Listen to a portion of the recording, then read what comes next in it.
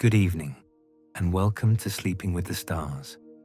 I'm your host, and tonight we invite you to drift away on a gentle journey through time to the courts of Tudor England, where one remarkable woman would rise to become one of history's most beloved and enduring monarchs.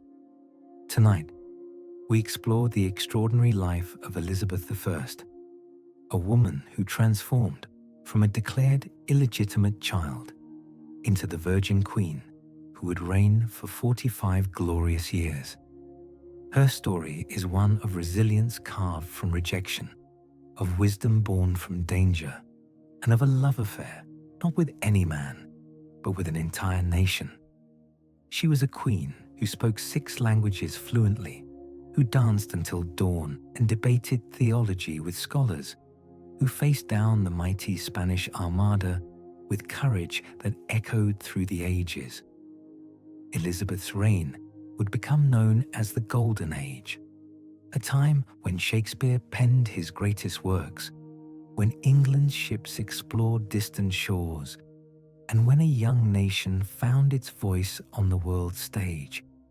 Before you settle in for tonight's journey, please take a moment to show your support by giving this video a gentle tap on the like button and subscribing to our channel if you haven't already. We'd love to hear from you in the comments below. Share with us where in the world you're listening from and what time it is in your corner of the globe. There's something wonderfully connecting about knowing we're sharing this peaceful moment together, no matter the distance between us. And if you have suggestions for future biographical journeys you'd like us to explore together, we're always eager to hear your thoughts. Now, as you prepare for tonight's story, take a moment to create your perfect listening environment. Dim those lights, settle into your most comfortable position. Perhaps turn on a gentle fan or open a window to let in some fresh night air. Let your breathing slow and deepen as we embark together on this journey through one of history's most remarkable lives. On a crisp September morning in 1533, in the Grand Palace of Greenwich, a child was born who would change the course of English history. Elizabeth Tudor entered the world amid great fanfare, yet also under a shadow of controversy that would follow her for years to come. Her father, King Henry VIII, had broken with Rome itself to marry her mother, Anne Boleyn, and the realm held its breath to see what this union would bring. The palace walls that welcomed baby Elizabeth were adorned with tapestries depicting great victories and noble lineages. Sunlight streamed through tall windows, casting gentle patterns across stone floors worn smooth by generations of royal footsteps. In her nursery, hung with cloth of gold and finest silk, the infant princess slept peacefully, unaware that her very existence had already reshaped a kingdom. Her early years were spent in the relative tranquility of royal nurseries, surrounded by devoted servants and tutors. Elizabeth was a precocious child, with bright, intelligent eyes that seemed to absorb everything around her. She learned to walk in halls where her ancestors had made decisions that shaped nations, and she spoke her first words in chambers where treaties were signed and alliances forged. But this peaceful beginning would not last. When Elizabeth was merely 2 years old, her world shifted dramatically. Her mother, Anne Boleyn, fell from grace with swift and terrible finality. In the gentle morning light of May 1536, Anne was led to the scaffold, and young Elizabeth was declared illegitimate by parliamentary act. The little girl, who had been born a princess, suddenly found herself relegated to the status of Lady Elizabeth, her place in the succession uncertain. Yet perhaps this early adversity planted the seeds of the remarkable resilience that would define Elizabeth's character. Removed from court but not forgotten, she was sent to live in various royal residences under the care of devoted servants who continued to treat her with the respect due to a king's daughter.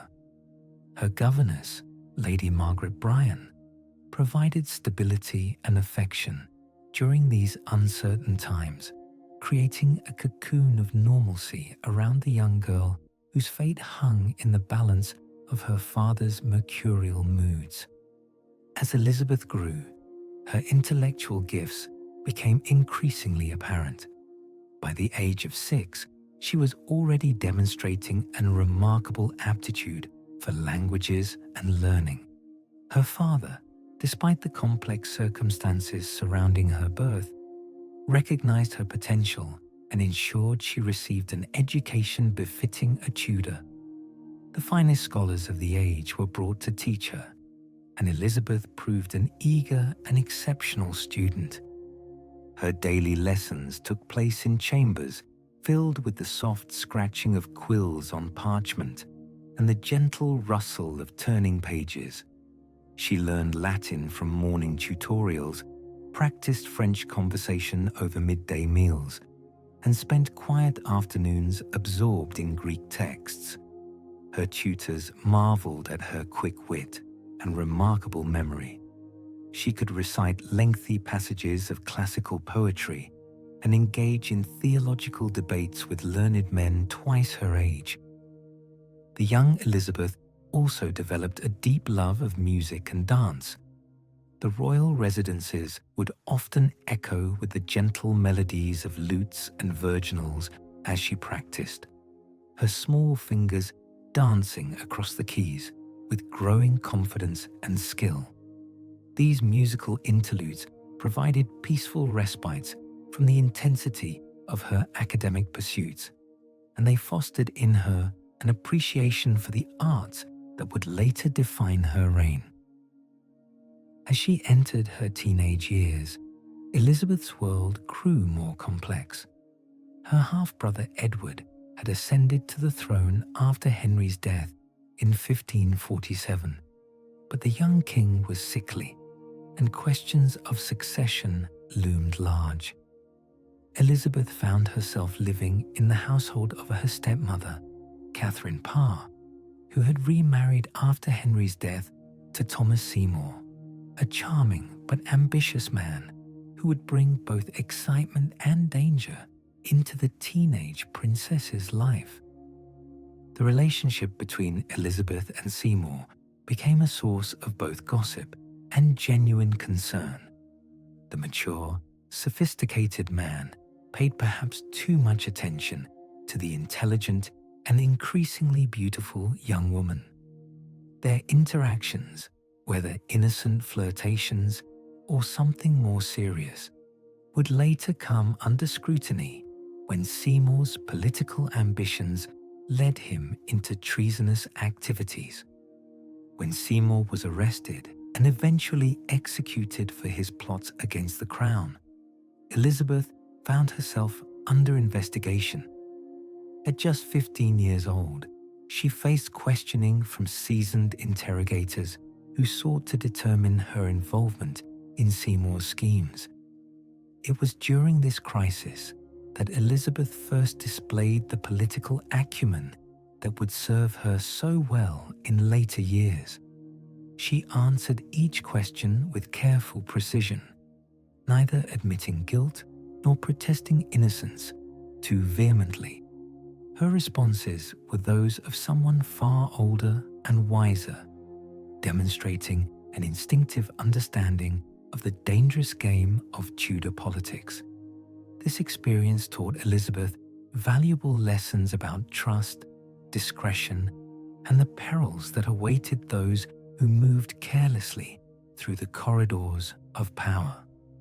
She emerged from the investigation cleared of wrongdoing, but undoubtedly changed, more cautious and more aware of how her every action would be scrutinized and interpreted by those around her. Following this trial by fire, Elizabeth retreated somewhat from court life, focusing on her studies and cultivating the relationships that would serve her well in years to come. She corresponded regularly with leading scholars of the day, engaging in discussions of philosophy, theology, and statecraft. These letters reveal a young woman of remarkable depth and learning, someone who could move seamlessly from discussions of ancient history to contemporary political theory. Her half-brother Edward's reign was brief, and his death in 1553 triggered a succession crisis that would test Elizabeth's survival skills once again. Lady Jane Grey's 9-day reign ended with Mary Tudor's successful claim to the throne, and England suddenly found itself with a Catholic queen determined to restore the old faith. Mary's reign brought new challenges for Elizabeth. As Anne Boleyn's daughter and a Protestant by upbringing, she represented everything Mary sought to change about England. Yet Elizabeth navigated these treacherous waters with remarkable skill, attending Mass when required, while never fully embracing Catholic doctrine. She walked a delicate line between compliance and conviction, understanding that her very survival depended on avoiding any appearance of opposition to her half-sister's religious policies. The most dangerous moment came in 1554, when Elizabeth was implicated in Sir Thomas Wyatt's rebellion against Mary's marriage to Philip of Spain. Once again, Elizabeth found herself under arrest and facing potential execution. She was taken to the Tower of London, the same fortress where her mother had spent her final days. As she entered through Traitor's Gate, Elizabeth reportedly sat down on the wet stones and declared she would go no further, overcome by the weight of her circumstances. Her imprisonment in the Tower was a time of profound reflection. In her cold cell, surrounded by the whispers of history, Elizabeth must have contemplated the precarious nature of royal life and the thin line between triumph and tragedy that defined her family's legacy. She used this time to strengthen her resolve and clarify her vision for what she might accomplish if she survived these trials. Through careful diplomacy and perhaps divine providence, Elizabeth weathered this storm as well. Her interrogators could find no concrete evidence of her involvement in the rebellion, and Mary, despite her suspicions, could not bring herself to execute her half-sister without proof. Elizabeth was eventually released and returned to her estates, but the experience had marked her deeply. The years of Mary's reign passed slowly for Elizabeth. She lived quietly in the countryside, managing her household, continuing her studies, and building relationships with Protestant nobles who looked to her as their hope for the future.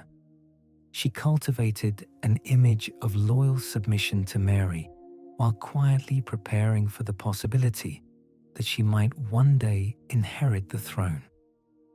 During these years of waiting, Elizabeth developed many of the qualities that would make her such an effective monarch. She learned patience, discretion, and the art of managing diverse personalities and competing interests.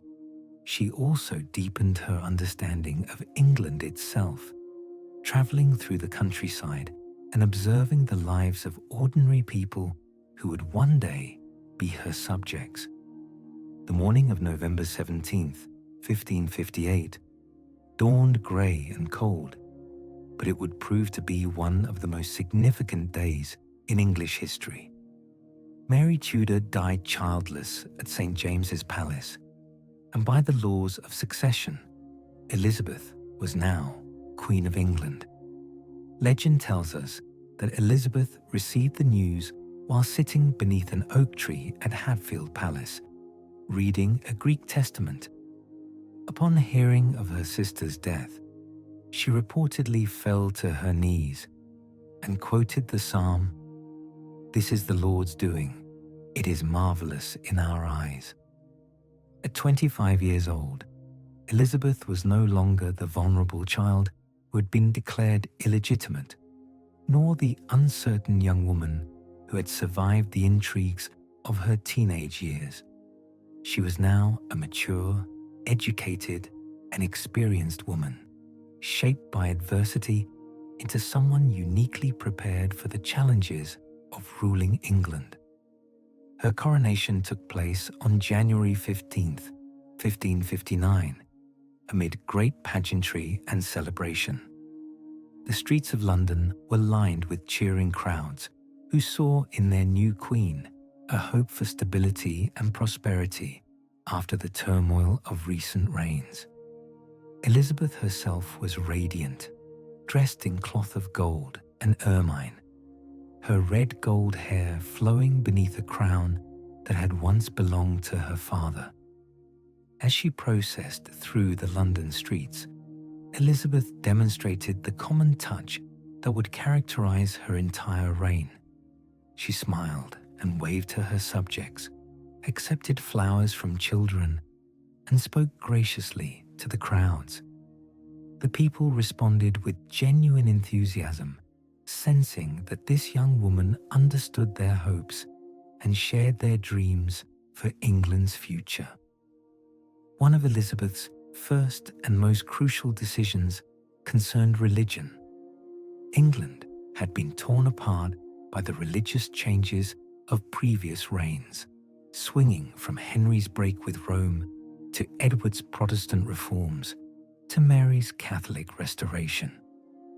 Elizabeth chose a middle path, establishing a religious settlement that would provide stability while accommodating the beliefs of most of her subjects. The Elizabethan religious settlement, as it came to be known, was a masterpiece of political compromise. It established the Church of England as a Protestant church, but one that retained many traditional elements that Catholics could accept. This pragmatic approach to religion reflected Elizabeth's own beliefs, which seemed to prioritize the unity and welfare of her realm over strict theological purity. The question of marriage dominated the early years of Elizabeth's reign. As a young, unmarried queen, she was considered one of the most desirable matches in Europe. Suitors came from across the continent, each representing different political alliances and opportunities for England. The most serious early contender was Philip II of Spain, her deceased sister's widower, but Elizabeth skillfully avoided this match while maintaining diplomatic relations. Perhaps the most romantic and controversial of Elizabeth's relationships was with Robert Dudley, Earl of Leicester. They had known each other since childhood, and there was clearly a deep affection between them. Dudley was handsome, intelligent, and shared Elizabeth's love of music, dancing, and outdoor pursuits.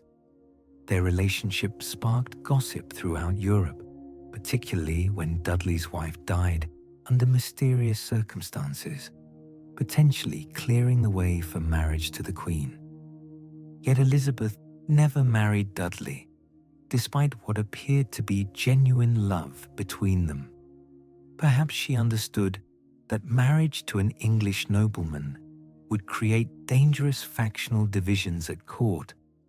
Perhaps she recognized that remaining unmarried gave her greater diplomatic flexibility. Or perhaps she simply valued her independence too highly to share power with anyone, even someone she loved. As the years passed, the marriage question became increasingly complex. Elizabeth's counselors pressed her to marry and produce an heir, understanding the dangers that would face England if she died childless.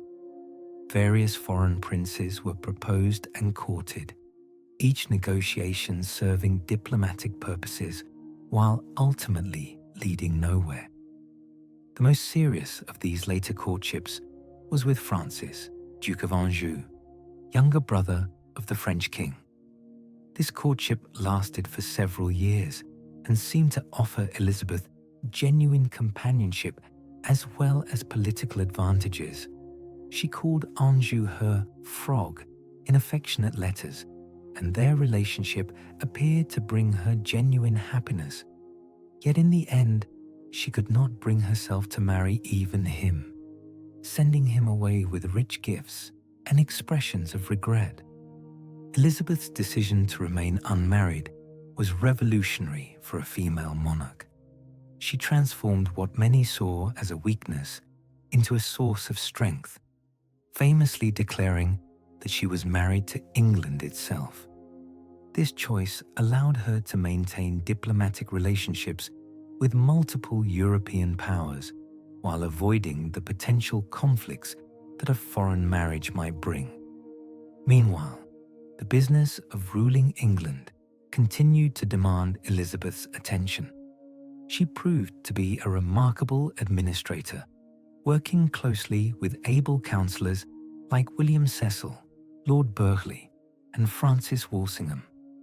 These men provided expertise and continuity, but Elizabeth always retained final authority over major decisions. Her court became a centre of learning and culture that attracted the finest minds of the age. Poets, philosophers, musicians, and scholars flocked to Greenwich and Whitehall, creating an atmosphere of intellectual ferment that would produce some of the greatest achievements in English history. The Queen herself was often at the centre of these gatherings, engaging in learned debates and encouraging artistic endeavours. Elizabeth's love of theatre and music helped foster the golden age of English drama. Playwrights like Christopher Marlowe, Ben Jonson, and William Shakespeare found patronage and encouragement at her court. The Queen delighted in performances and was known to attend the public theatres, mixing with her subjects and sharing in their entertainment. The economic prosperity of Elizabeth's reign was built on expanding trade and exploration. English merchants ventured to distant lands, establishing trading relationships that brought new wealth to the realm. The Queen supported these endeavours, understanding that England's future lay in commerce and naval power rather than continental military adventures. The formation of trading companies like the Muscovy Company and later the Levant Company opened new markets for English goods while bringing exotic products and ideas back to England. These commercial relationships also provided intelligence about foreign powers and potential allies, contributing to England's growing influence on the world stage. Elizabeth's support for exploration led to some of the most famous voyages of the age.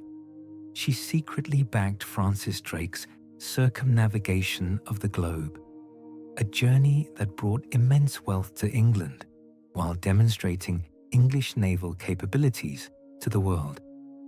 When Drake returned in 1580, Elizabeth personally knighted him aboard his ship, the Golden Hind, in a ceremony that symbolized England's emergence as a maritime power.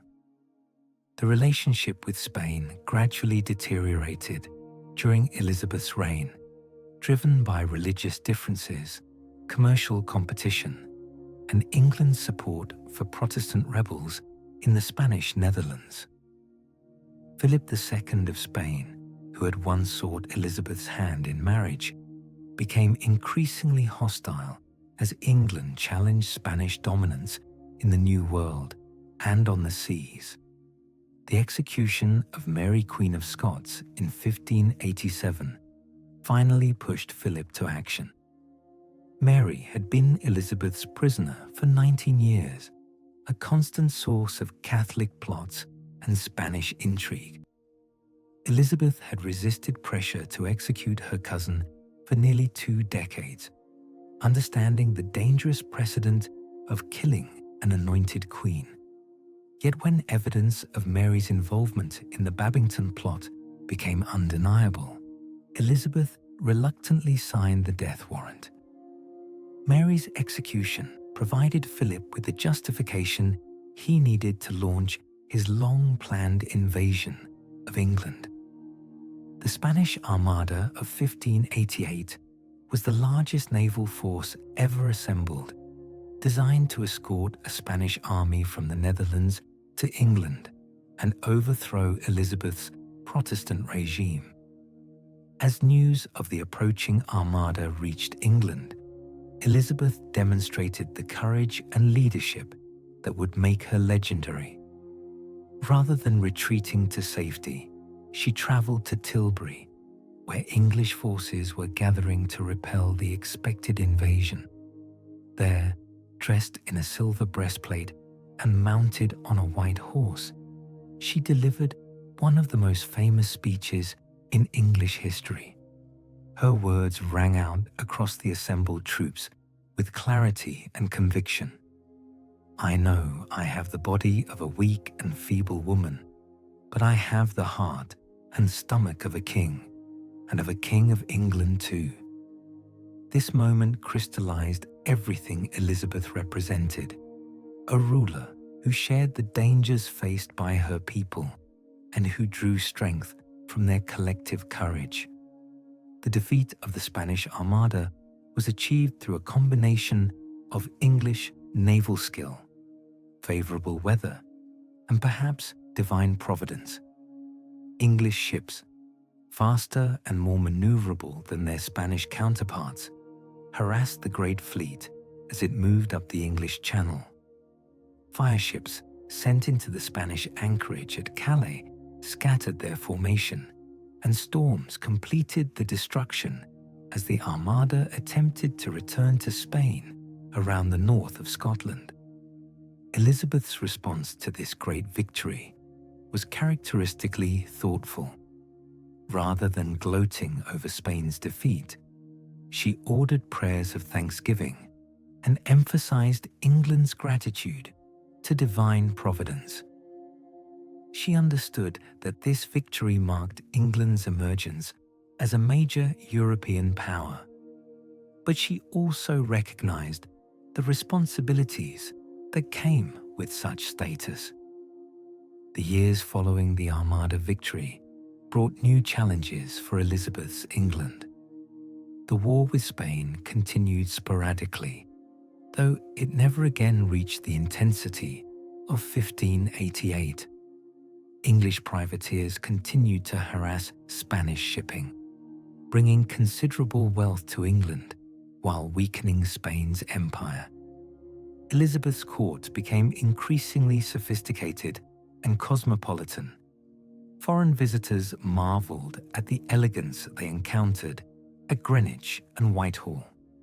The Queen herself, though aging, remained formidable, conducting audiences in multiple languages and demonstrating encyclopedic knowledge of European politics.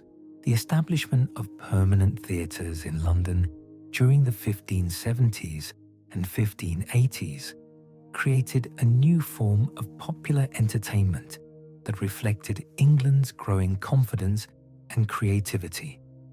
Elizabeth herself was a keen theatre-goer, attending both court performances and public playhouses. Her presence at these venues demonstrated her connection to her people and her appreciation for the artistic achievements of her age. The Queen's daily routine during these mature years followed patterns evolved over decades. She rose early, spending mornings with secretaries and advisors reviewing state papers and maintaining correspondence with rulers across Europe. Afternoons were devoted to public duties, holding court, receiving petitions, and meeting foreign ambassadors in carefully choreographed ceremonies that maintained monarchical dignity. Elizabeth's love of music continued throughout her life, and evening entertainments at court often featured performances by the finest musicians of the age. The Queen herself still occasionally played the virginals, though she was increasingly content to listen rather than perform. These musical evenings provided relaxation and social connection, allowing Elizabeth to interact with her courtiers in a more informal setting while maintaining the respect and deference due to a monarch. The religious situation in England had stabilized under Elizabeth's careful management, but it remained complex and occasionally troubled. The majority of her subjects had accepted the Elizabethan settlement, but Catholic recusants continued to pose challenges, particularly when they were linked to foreign plots.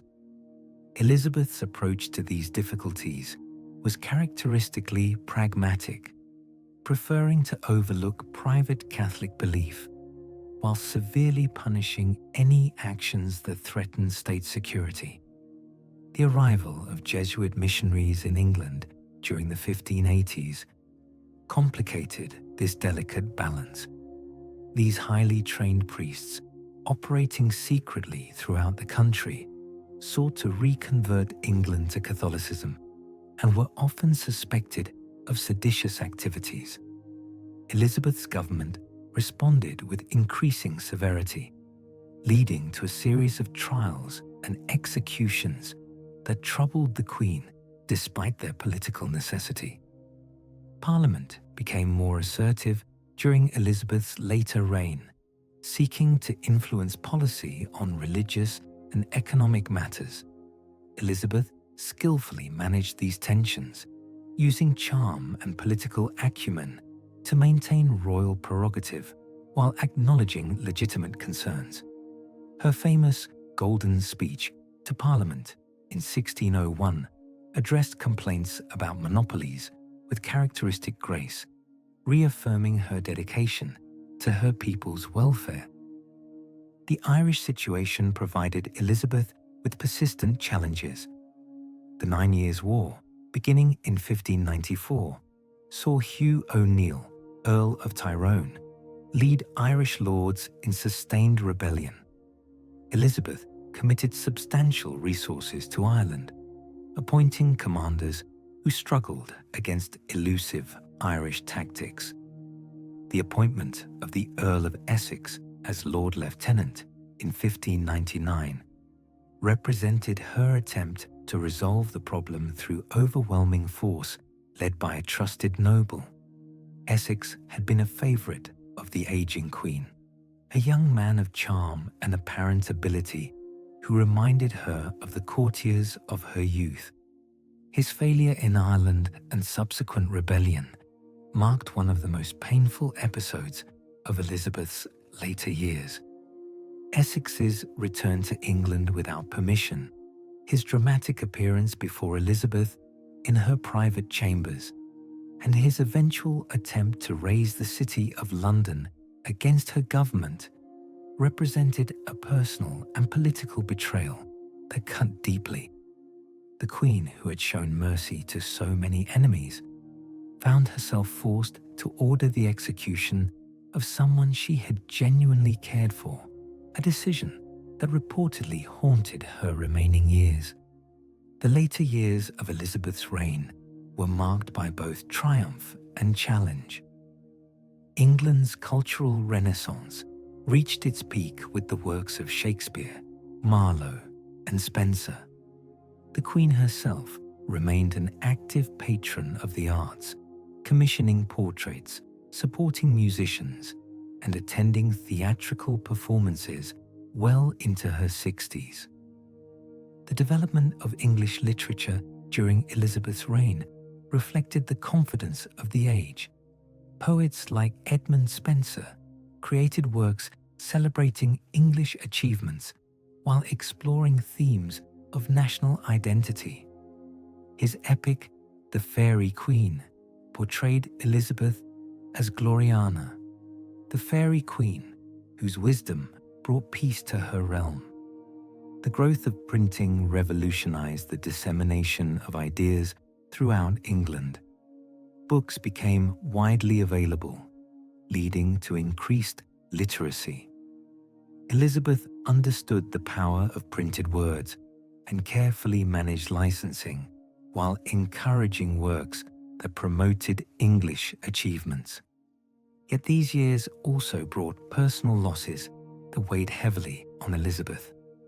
Robert Dudley died in 1588, and Elizabeth reportedly locked herself in her chambers for days, refusing to see anyone. The Earl of Essex, a young nobleman who had captured her affections in her later years, betrayed her trust by launching a failed rebellion in 1601, forcing Elizabeth to order his execution. Working with capable servants like the Cecil family, Elizabeth created efficient governance responsive to her subjects' needs. The Privy Council became an effective executive body handling the complex business of ruling a rapidly changing nation. Walsingham's intelligence network stretched across Europe, providing crucial information about foreign plots and domestic threats. Elizabeth's approach to justice was marked by both mercy and firmness. She understood that effective rule required the support of her subjects, and she was generally reluctant to resort to extreme measures unless state security was threatened. Her treatment of religious dissenters, while sometimes harsh by modern standards, was remarkably tolerant for the 16th century, particularly when compared to the practices of other European monarchs. The economic policies of Elizabeth's government reflected a sophisticated understanding of the changing nature of wealth and power in the early modern world. The encouragement of exploration and trade, the development of new industries, and the careful management of royal finances all contributed to England's prosperity during her reign. Elizabeth herself took a keen interest in these matters, personally reviewing major financial decisions and maintaining detailed knowledge of the kingdom's economic condition. The Queen's personal finances were managed with the same care she applied to state affairs. Despite the magnificent display required by her position, Elizabeth was careful not to burden her subjects with excessive taxation. She sold crown lands when necessary, accepted loans from wealthy subjects, and used the profits from privateering to supplement royal revenues. This fiscal restraint earned her the gratitude of Parliament and helped maintain the political stability that characterized her reign. Elizabeth's court progressed regularly throughout England, allowing distant subjects to see their queen. These royal progresses combined statecraft with spectacle, demonstrating magnificence while maintaining connections with provincial nobility. The 1575 progress to Kenilworth Castle, hosted by Robert Dudley, featured 19 days of entertainment, including water pageants and theatrical performances. These progresses served important political purposes beyond their social and cultural functions. They allowed Elizabeth to escape the confines of London and the established court routine, providing opportunities for private reflection and strategic planning. They also demonstrated royal concern for the welfare of subjects throughout the realm, reinforcing the bonds of loyalty that held the Elizabethan political system together. The architectural achievements of Elizabeth's reign reflected the confidence and prosperity of the age. Great houses like Longleat, Hardwicke Hall, and Burghley House were built during her reign, combining traditional English architectural elements with continental innovations to create a distinctive national style. Elizabeth herself commissioned improvements to various royal palaces, creating spaces that were both magnificent and comfortable. The gardens at these great houses became works of art in themselves, combining practical considerations with aesthetic beauty. Elizabeth delighted in walking through these carefully designed landscapes, finding in their ordered beauty a reflection of the harmony she sought to create in her realm. The Queen's own knowledge of plants and gardening was considerable, and she often engaged in detailed discussions with her gardeners about new varieties and cultivation techniques.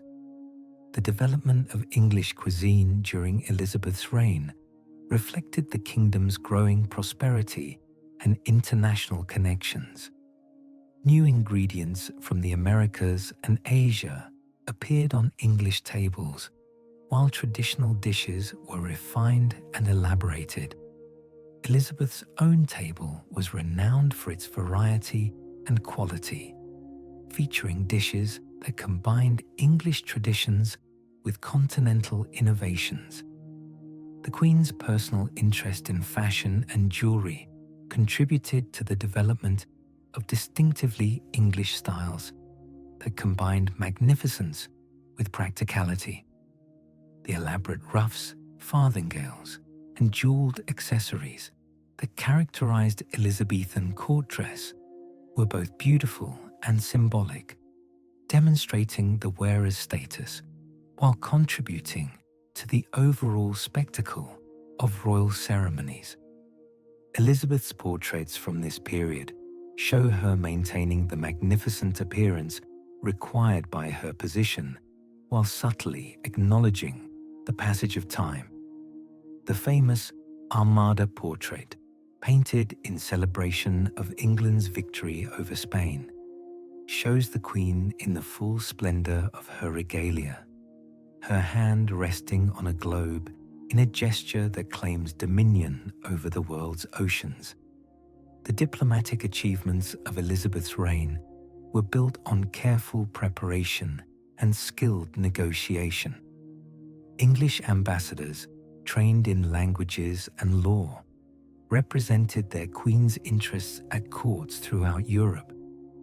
These diplomatic relationships were maintained through regular correspondence, exchange of gifts, and carefully orchestrated visits that demonstrated England's growing importance in European affairs. The marriage negotiations that continued throughout Elizabeth's reign served important diplomatic purposes, even when they did not result in actual marriages. Each potential match was carefully evaluated for its political implications, and the negotiations themselves provided opportunities for broader diplomatic discussions. Elizabeth's skill in managing these complex relationships without committing herself to unwanted alliances demonstrated her mastery of the diplomatic arts. As Elizabeth aged, the question of succession became increasingly urgent. She had never married and had no children, meaning that the Tudor dynasty would end with her death. Various candidates emerged, but Elizabeth long refused to name her heir, perhaps fearing that doing so would diminish her own authority or create dangerous factions at court. The succession question had haunted Elizabeth's entire reign, growing more pressing with each passing year. Parliament had repeatedly urged her to marry and produce an heir, understanding the dangers that would face England if she died childless. Elizabeth's consistent refusal to address this issue directly reflected both her determination to maintain her independence and her awareness of the political complexities involved in naming a successor. The most obvious candidate was James VI of Scotland, son of Mary Queen of Scots and great-great-grandson of Henry VII. James had the strongest hereditary claim and represented the possibility of uniting the English and Scottish crowns. However, his Scottish birth and upbringing made some English nobles uncomfortable, while his mother's execution created a personal complication in his relationship with Elizabeth. Other potential claimants included various English nobles with tenuous connections to the royal line, but none possessed the combination of legitimate ancestry and political support necessary for a smooth succession. Elizabeth's careful cultivation of relationships with all potential heirs, while favoring none, publicly demonstrated her understanding of the delicate balance required to prevent civil war after her death. The Privy Council, led by Robert Cecil, worked quietly during Elizabeth's final years to ensure a peaceful transition. Secret correspondence with James VI of Scotland helped prepare for the eventual succession while avoiding any appearance of predetermining Elizabeth's choice. This careful preparation proved crucial in preventing the kind of succession crisis that had plagued England in previous centuries. Elizabeth's physical decline in her final years was gradual but unmistakable. The woman who had once danced until dawn now moved more slowly, though she continued to maintain the magnificent appearance required by her position. Her wardrobe remained elaborate, filled with gowns encrusted with jewels and precious metals that caught the light and created an aura of majesty, even as her body weakened. The Queen's daily routine adapted to her changing circumstances while maintaining the essential elements of royal ceremony.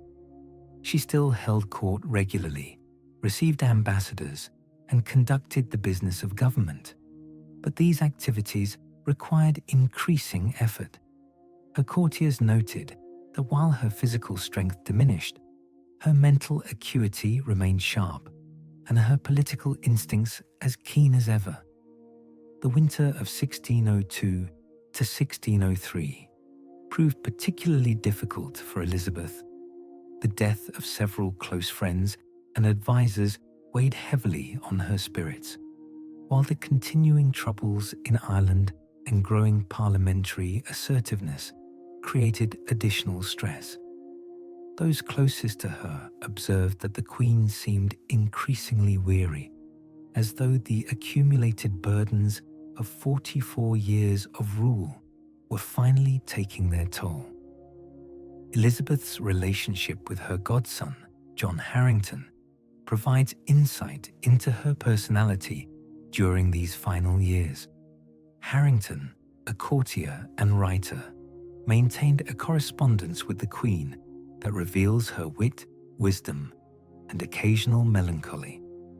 His accounts describe a woman still capable of sharp humor and penetrating observation, but increasingly aware of her mortality and the approaching end of an era. The Queen's quarters at Richmond Palace during her final winter were kept warm with great fires that cast dancing shadows on the tapestried walls. Elizabeth would sit surrounded by books, letters, and state papers, the artifacts of a lifetime spent in service to her realm. Musicians still played softly in adjacent chambers, providing the gentle melodies she had always loved, while faithful servants attended to her needs with the devotion earned through decades of loyal service. Elizabeth's final illness began in March 1603, manifesting initially as a cold that gradually worsened. She refused to take to her bed, instead spending long hours standing by windows overlooking the Thames, perhaps contemplating the river that had carried her to her coronation so many years before. Her refusal to lie down may have reflected her understanding that doing so would signal the beginning of the end. As word of the Queen's condition spread, courtiers and officials gathered at Richmond Palace, creating an atmosphere of anxious anticipation. The business of government continued, but with a subdued quality, as everyone awaited news of Elizabeth's condition. Foreign ambassadors sent urgent dispatches to their governments, while English nobles quietly prepared for the momentous changes that would follow the Queen's death. In her final conversations, Elizabeth demonstrated the same concern for her subjects that had characterized her entire reign. She spoke of her hopes for England's future, her satisfaction with the prosperity and stability she had helped create, and her confidence that the nation would continue to flourish after her death. These words, reported by those who attended her final days, revealed a woman at peace with her accomplishments and ready to entrust her life's work to others. The Queen's spiritual preparation for death reflected the moderate Protestantism she had maintained throughout her life. She received communion according to the rites of the Church of England, listened to prayers and scriptural readings, and expressed her faith in divine mercy. Her religious observances during these final days were private and personal, avoiding the elaborate ceremonies that had characterized her public religious life. Elizabeth's final days were spent in the company of her most trusted servants and advisors.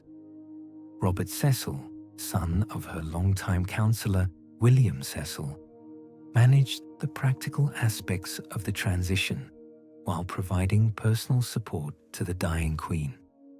The Archbishop of Canterbury offered spiritual comfort, while her ladies-in-waiting maintained the daily routines that provided stability during this time of change. The Queen's final conscious acts included gestures of forgiveness toward those who had disappointed her and expressions of gratitude toward those who had served faithfully. She reportedly raised her hand when asked if James of Scotland should succeed her, providing the confirmation needed for a smooth transition. This final political act demonstrated Elizabeth's continued dedication to England's welfare, even as her own life ebbed away. Elizabeth Tudor died peacefully in the early hours of March 24, 1603, at Richmond Palace. She was 69 years old, and remarkable age for the time. Her body lay in state at Whitehall Palace, where thousands of mourners came to pay their respects to the Queen who had guided England through one of its greatest ages. Her funeral procession to Westminster Abbey was one of the most magnificent spectacles London had ever seen. The streets were lined with mourning crowds who had come to say farewell to good Queen Bess, as she was affectionately known. Her coffin, covered with purple velvet and topped with a lifelike effigy, was drawn through the city she had loved and served so well. Elizabeth's legacy extends far beyond the boundaries of her reign. She transformed England from a small, divided kingdom on the edge of Europe into a confident nation, ready to play a major role on the world stage. Her religious settlement provided the stability that allowed England to avoid the religious wars that devastated continental Europe. Under Elizabeth's rule, England experienced unprecedented cultural flowering. The works produced during her reign, the plays of Shakespeare, the poetry of Spenser, the music of Byrd and Tallis, continued to enrich human culture more than 4 centuries later. She created an environment where genius could flourish and where artistic achievement was valued and rewarded.